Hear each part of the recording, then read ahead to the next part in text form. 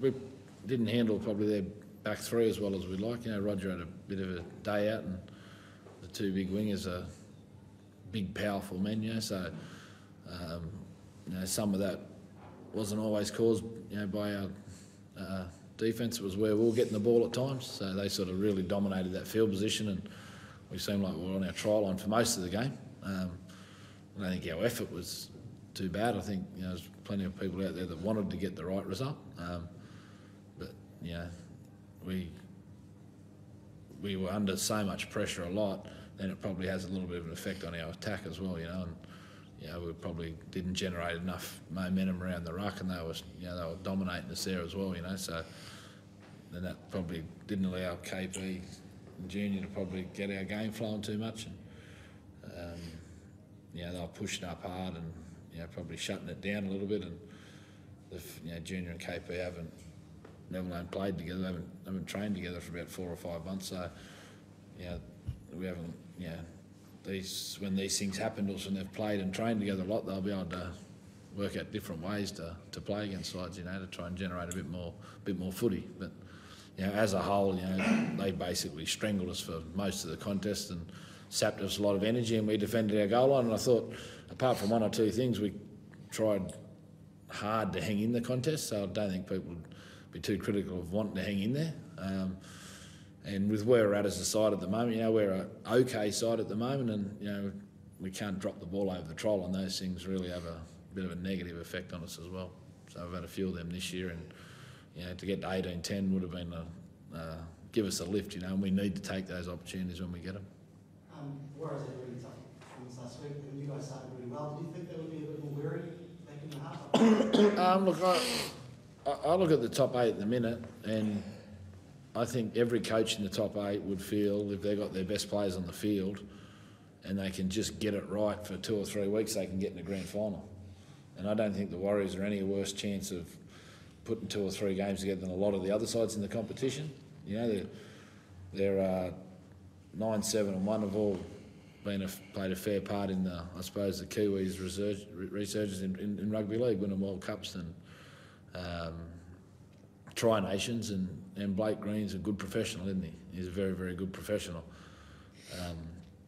Back threes play such a big part in our contest today, and Rogers up there as good as any, and the two wingers, they're big, big men, So they've got a good nucleus there to really build some momentum if they have their best players on the field and they just get a couple of games right. But when we started the game, we did start the game very well. When we had good energy in our attack, we got going okay, and we got an early one, and then we got a repeat set, and the 2 repeat sets we got, the Warriors got the ball back, which is obviously them playing to the strengths of Fusatua, who's very hard to handle in the air. And the second time we actually defended the short dropout very well. He's a big man, he's very athletic, and he just can get up above people, So wasn't through lack of effort there, but no, look, they're a good footy side.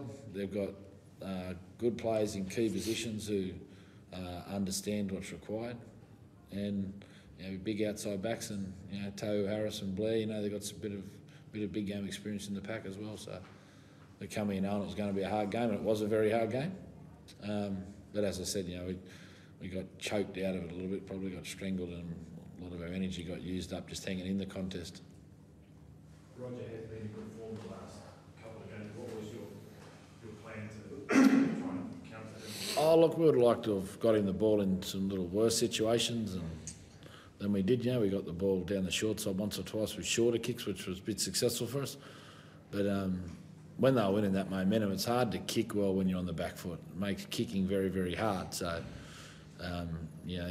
your best kicks generally come off your better attack, and I think the way they got the ball a bit was a reward for Rogers' early carries or the wingers' early carries, and then their momentum, and then our wingers are catching it high in the air on the try line, and it's hard coming off your try line for long, long periods of time. And we used a lot of energy up, as I said, to stay in the contest, and we weren't quite good enough to try and swing the momentum of the contest. And the couple of small chances we had with repeat sets to have another go at them on the goal line, we they got the ball back, and then when we did get over the line, we dropped it, and they were a few momentum swingers for us. And with where we're at, we need to try and get those things right.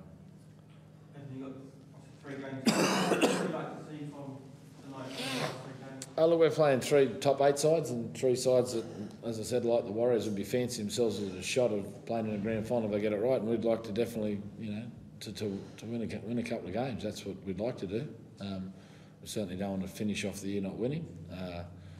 Today we did, as I said, we used a lot of energy up to hang in the game, and next week we play another good footy side. But we want to hang in contests as far as if we are doing it tough, not put the white flag up. And tonight I think we, for a large part of that second half at 18-4, and then when we dropped it over the try line, I think the guys did show that there is plenty of commitment still there, and we need to have that commitment for the next 2 or 3 games.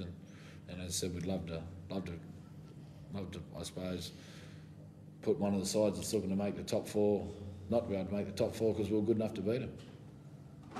Nathan, you've spoken about rebuilding the team for next year. How much more rebuilding is to be done, and how difficult is the process? Penrith's been going for 7 years to get to where they are now. It's not an easy process. This year, look, I've got no doubt, if we kept our top squad fit, we'd be in a better position. We lost Junior for half a year, we lost Slade Griffin for nearly half a year, and Connor Watson's coming up to missing a third of the year, and that's our 9, 7 and 6, and they're all new at the club. So we've certainly had some things go against us. We lost Tao after 3 or 4 weeks, and he was our really only what I'd class as a strike centre. So we've had a few things go against us this year which haven't helped us, but we've also played our part in some things as well, where we need to be better. It's always a tough process, but the thing is when you're rebuilding is you've got to get better from year 1 to year 2 to year 3 to year 4 to year 5. That's the whole point of it. You don't want to go year 1, year 2 and spike and then drop. And for us, everyone would agree when we've had a reasonable amount of our players on the field. Junior and Connor and Caelan on the field. We're a far better footy team than we were last year, and we've got some more recruits coming next year, and hopefully we can have a bit of luck with Tao and a couple of those, and we're going to be a better footy team again next year, and that's what the rebuild's about. Obviously, we'd love to be top of the comp now, but it wasn't a realistic goal when we first started 3 years ago, and no one expected that. But we certainly expect as a club to improve, and we are better, and next year we need to be better again. As I said, we've gone from year 1 we were hopeless, or when I say hopeless, we just had a heap of people that probably shouldn't have been playing first grade that weren't ready, and last year we're average, and this year we're okay. And the way we're tracking, I'd like to think we could be a good football team next year. You were linked this week with George Williams on your radar. Look, obviously the English game's a game that I've followed probably more than any of the other coaches in the NRL because I spent so long there. And George Williams was a young kid that played junior footy against St Helens when I was there. He's a very talented player. He would certainly add to our squad. Have we made contact with George Williams? No, we haven't spoken to anyone about George Williams, but he certainly is a gifted player. And as I said, the English game's something that I still follow quite a lot. And Mitchell, yourself, is possibly linking with someone like George Williams to be quite a prospect for you, let's say? Yeah, mate, I haven't heard too much about it.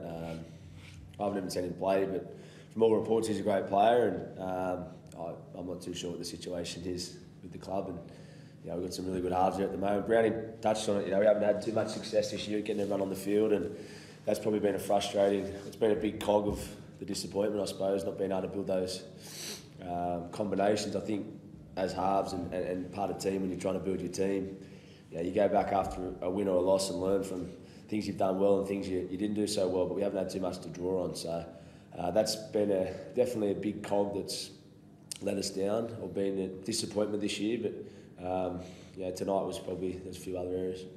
Mitchell, obviously, 250th NRL appearance tonight. It's not the way you want to finish it, but regardless, it's something to be proud of.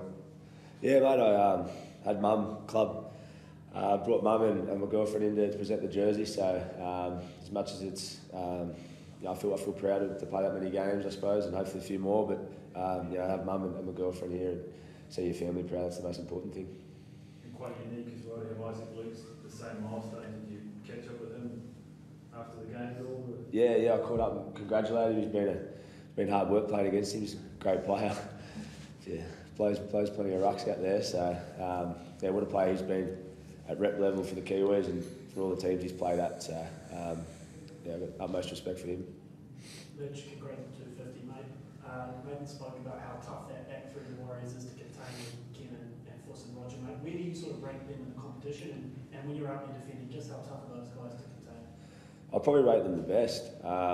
Yeah, I think when you think the best, I think sides Melbourne have got a pretty good back three. The Roosters with Fergo and guys like that. But the way Rogers play at the moment, and then obviously their two wingers, you know, there's times there they were making 30, 40 metres in 3 plays just on their own. So I was hoping I could recruit them mid-game and bring them over to our side.